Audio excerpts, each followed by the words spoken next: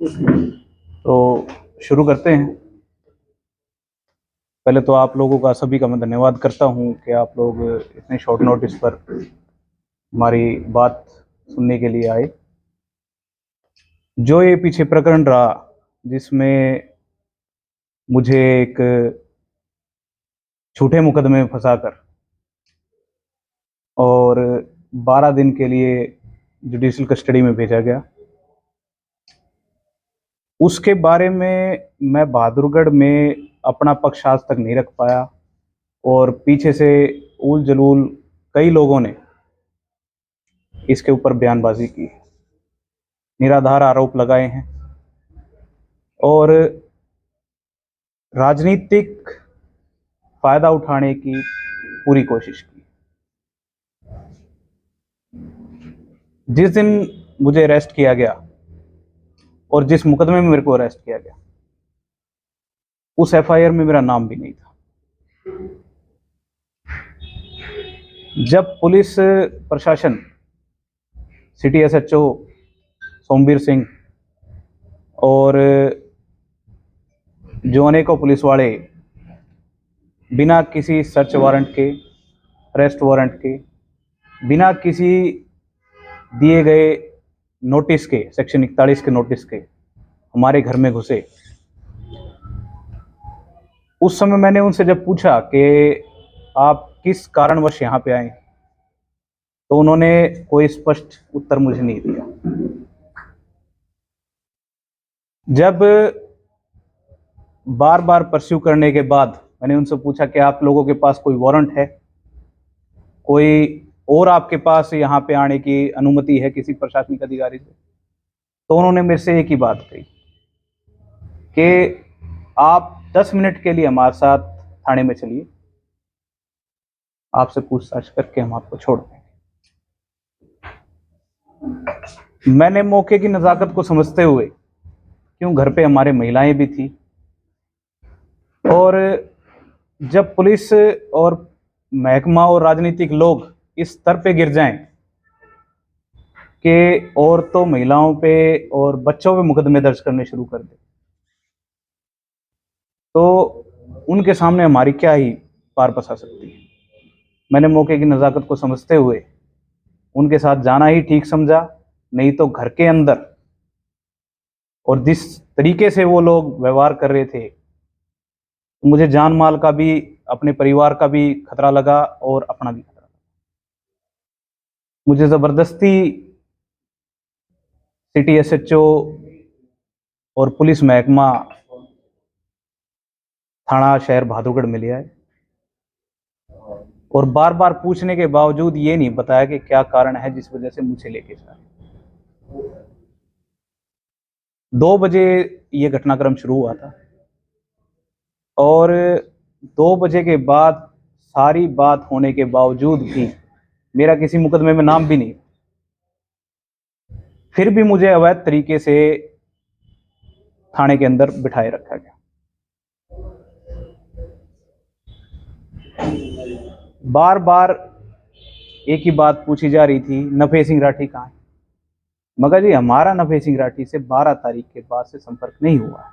मैंने अपना, उन्होंने फ़ोन मांगा, मैंने अपना फ़ोन खोल के उनके हाथ में दे दिया, मगर आप चेक कर सकते हैं हमारा संपर्क नफे सिंह राठी जी से नहीं है। उसके बाद उन्होंने 5 बजे के करीब मुझे ये बताया कि आपको अरेस्ट कर रहे हैं, और अरेस्ट भी एक ऐसे मामले में कर रहे हैं जिसमें मेरा नाम भी नहीं था। ताज्जुब की बात तो ये है कि उस दिन 5 बजे अरेस्ट करने के बावजूद मुझे ड्यूटी मजिस्ट्रेट के सामने पेश नहीं किया गया। पुलिस प्रशासन की क्या मंशा थी जो उन्होंने पूरा समय होने के बावजूद मुझे ड्यूटी मजिस्ट्रेट के सामने पेश नहीं किया। उसके बाद एक मुझे जब पता लगा कि इस मीटर के मामले में मुझे अरेस्ट किया गया है और ये मेरे ऊपर इल्जाम लगा दिया गया कि आपने मीटर लगवाया है। जिस विवादित प्लॉट पे ये बात कह रहे हैं कि मीटर लगवाया गया है, उस प्लॉट का केस सेशन कोर्ट में पेंडिंग है और लोअर कोर्ट से हम उस केस को स्टे, हमारे जो प्लॉट था वो मेरी माँ और मेरी ताई जी के नाम पे है और ये 98 में खरीदा गया था और ये तब से ही हमारे पोजीशन में है। लोअर कोर्ट से, भादरकोट कोर्ट से हम इसका मुकदमा जब चल रहा था उसमें स्टे तोड़ दिया गया है। करमबीर राठी ने हमारे ऊपर मुकदमा किया था, उनके लड़के के नाम अजय, कमल वर्सेस अजय टाइटल है इस केस का, जिसमें हमारा फेवर में ऑर्डर हुआ था और स्टे खारिज कर दिया गया। लेकिन पुलिस प्रशासन के दबाव के बावजूद हम उसमें ना तो कंस्ट्रक्शन कर सकते हैं और ना ही उसमें कोई आगे कार्रवाई कर सकते हैं। इसके बाद इन्होंने सेशन कोर्ट में अपील की और सेशन कोर्ट में अभी स्टे बरकरार है और वो भी इन्होंने पोजेशन को चैलेंज किया है हमारे को, जो पोजेशन आज से नहीं सन 98 से हमारे पास है। मैं आप लोगों के सामने जो कोर्ट में जज साहब के पास हमने डॉक्यूमेंट सबमिट करा रखे हैं उसकी एक प्रति दिखा रहा हूं। इसमें ये शेयर होल्डर थे, ये वो ओरिजिनल रजिस्ट्री है जो रमेश राठी बार बार कह रहे थे, करमबीर राठी के भतीजे, चेयरपर्सन सरोज राठी के घरवाले, कि हमारे प्लॉट पे इन्होंने मीटर लगाया, हमारे प्लॉट पे कब्जा कर लिया, हमारे प्लॉट पे कब्जा करने की कोशिश।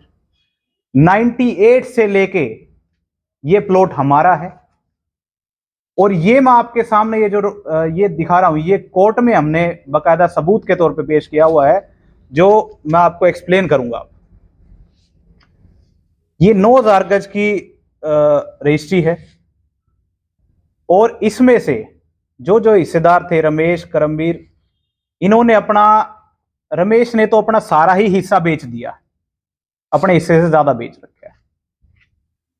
ये उनके सेल डीड नंबर और रजिस्ट्रेशन नंबर हैं।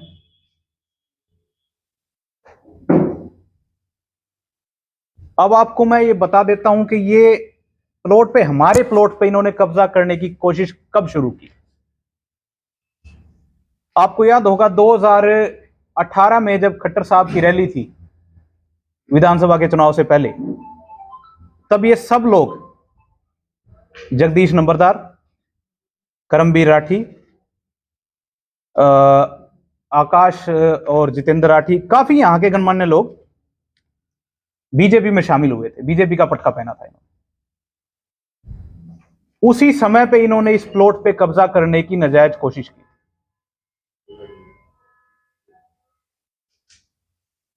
इसके अंदर आज से नहीं, हमारा कब्जा 98 से है और कोर्ट ने भी ये जब सारे फैक्ट्स देखे तो इन्होंने माना कि भाई एक त्याग डीड, जैसे करमबीर ने कमल के नाम करवा दी, रमेश ने अपनी घरवाली जो इस समय चेयरपर्सन है भाजपा की, सरोज, उसके नाम करवा दी, कि सिर्फ त्याग डीड कर देने से आपका प्लॉट पे कब्जा सिद्ध नहीं हो जाता।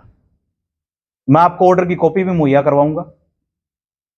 इन्होंने जिस दिन ये बीजेपी में शामिल हुए उसी दिन भाजपा के पूर्व विधायक के शय पे और प्रशासन को दबाव बनाकर इन्होंने हमारे प्लॉट के ऊपर नाजायज कब्जा करने की कोशिश की। मैं माननीय न्यायालय का धन्यवाद करता हूं कि उन्होंने फैक्ट्स को बारीकी से देखा और हमारे सबूतों के आधार पर, हमारे कागजों के आधार पर, मेरिट के आधार पर हमारे हक में फैसला किया। अब रही बात मीटर की, ये ओरिजिनल रजिस्ट्री है, ओरिजिनल कागज है। मेरी मां और मेरी ताई बाला देवी और शीला देवी उस प्लॉट के मालिक हैं। अगर मुझे मीटर लगवाना है तो मुझे कोई रोक सकता है? कानूनन मुझे कानूनन अधिकार है, मैं अपने प्लॉट पे मीटर लगवाऊं, कानूनन मुझे अधिकार है मैं उस प्लॉट को बेचूं, कानून मुझे अधिकार है, मैं उस प्लॉट को बनाऊं, उसमें रहूं। डिस्प्यूट कब अराइज हुआ? डिस्प्यूट अराइज तब हुआ जब ये बीजेपी में शामिल हुए और राजनीतिक फायदा उठाने के लिए और राजनीतिक हमें नुकसान पहुंचाने के लिए इस तरह के हथकंडे इन्होंने शुरू कर दिए। जब मुझ पर मुकदमा दर्ज हुआ तो इन्होंने प्रशासन के ऊपर ऐसा दबाव बना दिया कि पता नहीं ऐसा कौन सा मकोका का मुकदमा मेरे ऊपर दर्ज हो गया है कि भाई नहीं, नफे सिंह के लड़के को, पार्षद जितेंद्र राठी को आप आज ही मुलजिम घोषित करके और इसको सजा दीजिए, कोई गुनाह तो हो मेरा। ये कोर्ट का ऑर्डर है, सेशन कोर्ट का। मैं आप लोगों से पूछना चाहता हूं, आप भली भांति यहां के माहौल से वाकिफ है, कानूनन भी आप लोग ज्ञाता है। क्या आप लोगों ने यह सुना है कि पुलिस रिमांड की रिवीजन के लिए गई हो? मैं आप लोगों से पूछना चाहता हूं, बहादुरगढ़ की जनता से पूछना चाहता हूं, क्या कभी आप लोगों ने सुना है कि रिमांड की रिवीजन के लिए पुलिस कभी गई हो? कोई हार्डकोर क्रिमिनल भी होगा, उसकी भी रिमांड की रिवीजन के लिए पुलिस कभी नहीं जाती। लेकिन पुलिस का आप बदनीयत देखिए, पुलिस अधीक्षक की बदनीयत देखिए, यहां के सिटी एसएचओ की बदनीयत देखिए कि रिमांड की रिवीजन के लिए भी सेशन कोर्ट में अपील की गई है।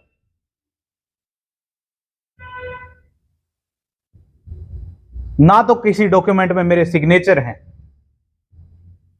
ना तो मैं कहीं मौके पे खड़ा हूं, ना मैंने कुछ किया है। लेकिन राजनीतिक लोग जब इस पे घुस के,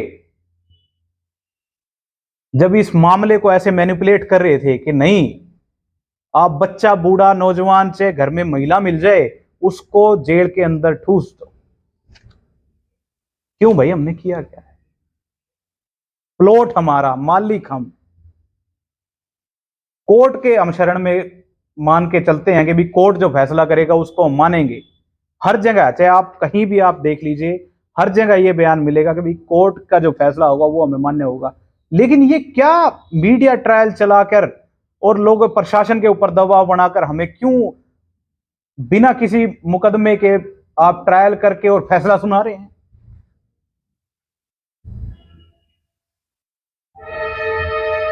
क्या वे लोग एक भी सबूत दे सकते हैं?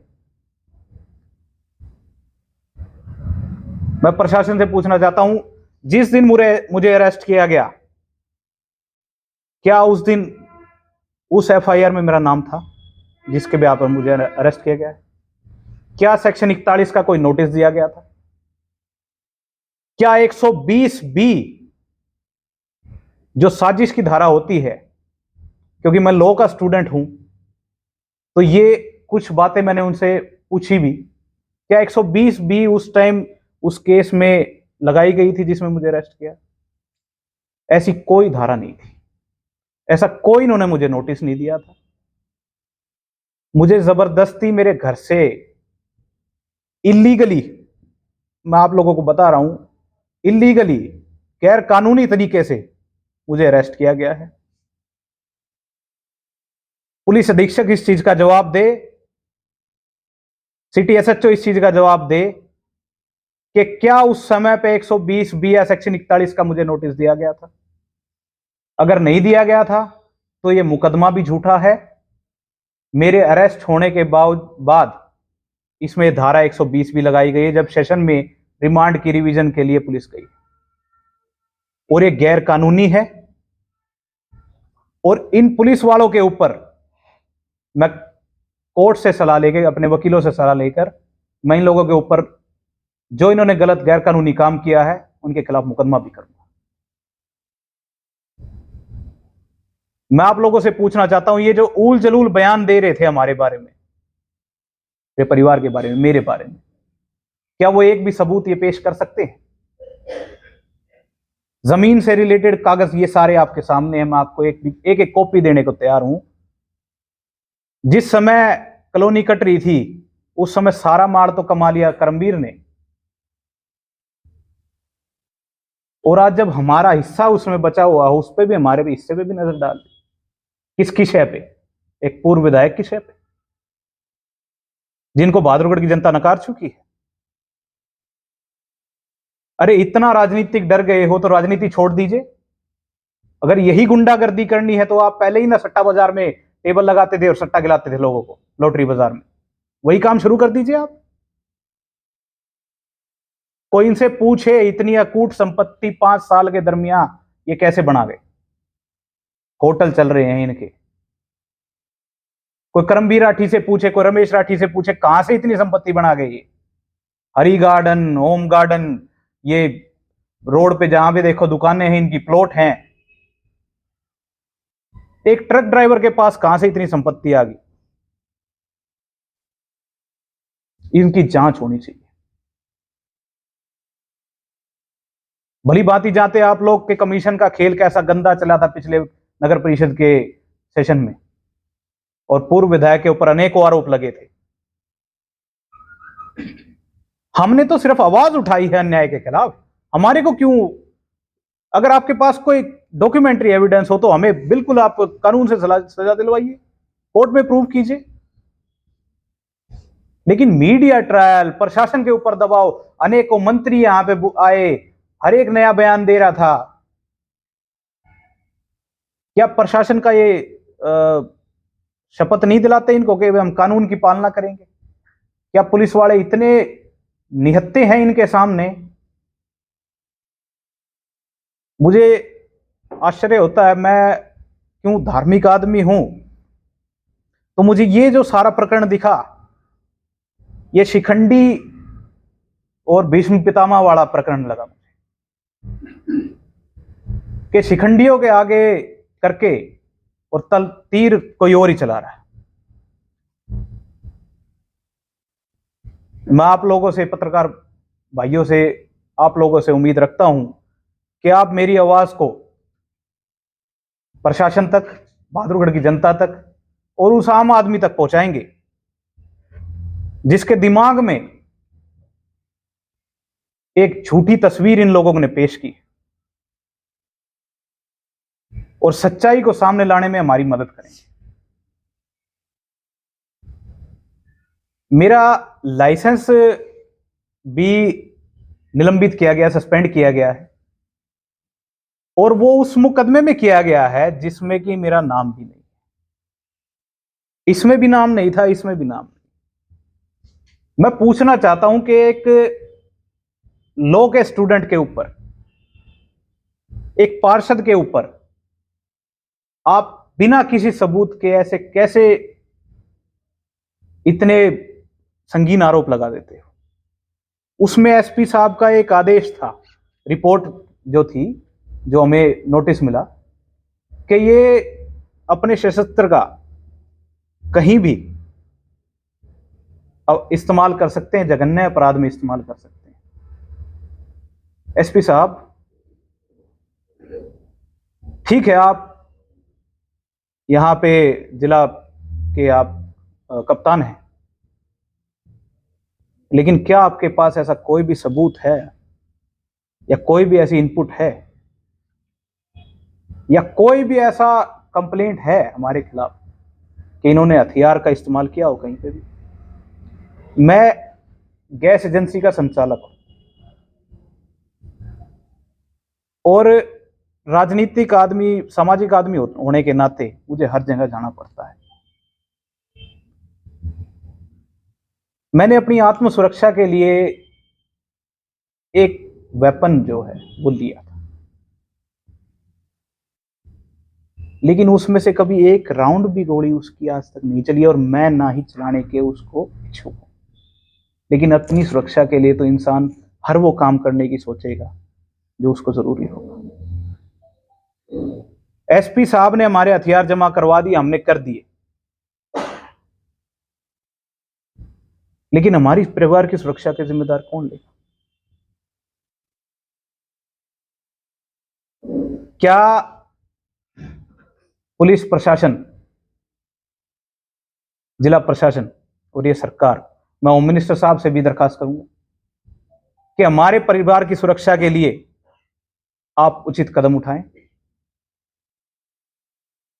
मैं ज्यादा कुछ नहीं मांगता, एक राइडर ही अगर हमारे घर के बाहर छोड़ देंगे तो मैं उसी के लिए आपका धन्यवाद मानूंगा। लेकिन अगर हमारे परिवार के ऊपर एक खरोंच भी आई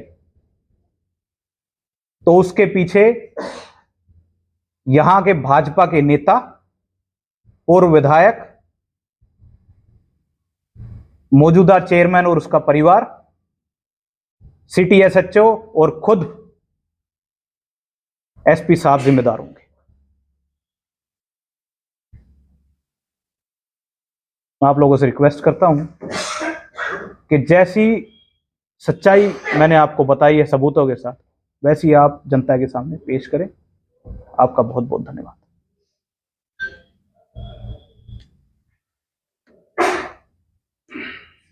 शिखंडी कौन है सर? शिखंडी देखिए, शिखंडी वे लोग हैं जो चेहरा तो अपना दिखाते हैं, लेकिन असलियत में इसके पीछे साजिश करता जो है वो कोई और ही है। जो इतनी घटिया स्तर की राजनीति करना जानते हैं, शहर के लोग भली भांति जानते हैं कि कौन कौन लोग हैं। चेयरमैन, पूर्व चेयरमैन कांग्रेस के भी हैं, जो पूर्व में चेयरमैन रहे हैं उनके घरवाले हैं, पूर्व विधायक भाजपा के, जो छाती पीट कर विधवा विलाप कर रहे थे, वही लोग हैं।